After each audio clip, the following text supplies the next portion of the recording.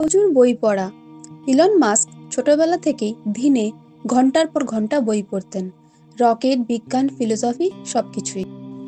প্রথম নীতি অনুযায়ী চিন্তা, ফার্স্ট প্রিন্সিপালস থিঙ্কিং।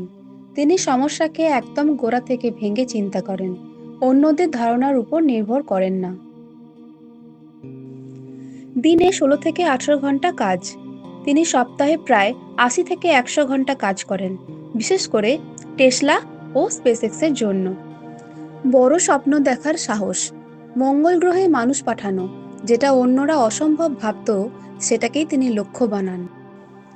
ব্যর্থতাকে ভয় না পাওয়া, স্পেসএক্সের বহু রকেট ব্যর্থ হলেও তিনি থামেননি, ব্যর্থতাকেই শিক্ষা বানিয়েছেন। মাল্টিটাস্কিং ও টাইম ব্লকিং, তিনি সময়কে 5 মিনিটের ব্লকে ভাগ করে কাজ করেন। ঝুঁকি নেওয়ার মানসিকতা, নিজের সব সম্পত্তি বাজি রেখে তিনি টেসলা ও স্পেসএক্সে বিনিয়োগ করেছিলেন।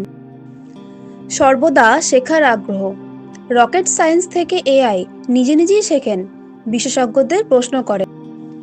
মানবজাতির ভবিষ্যৎ নিয়ে ভাবনা, তিনি শুধু টাকা নয়, মানব সভ্যতার ভবিষ্যৎ নিরাপদ করতেই কাজ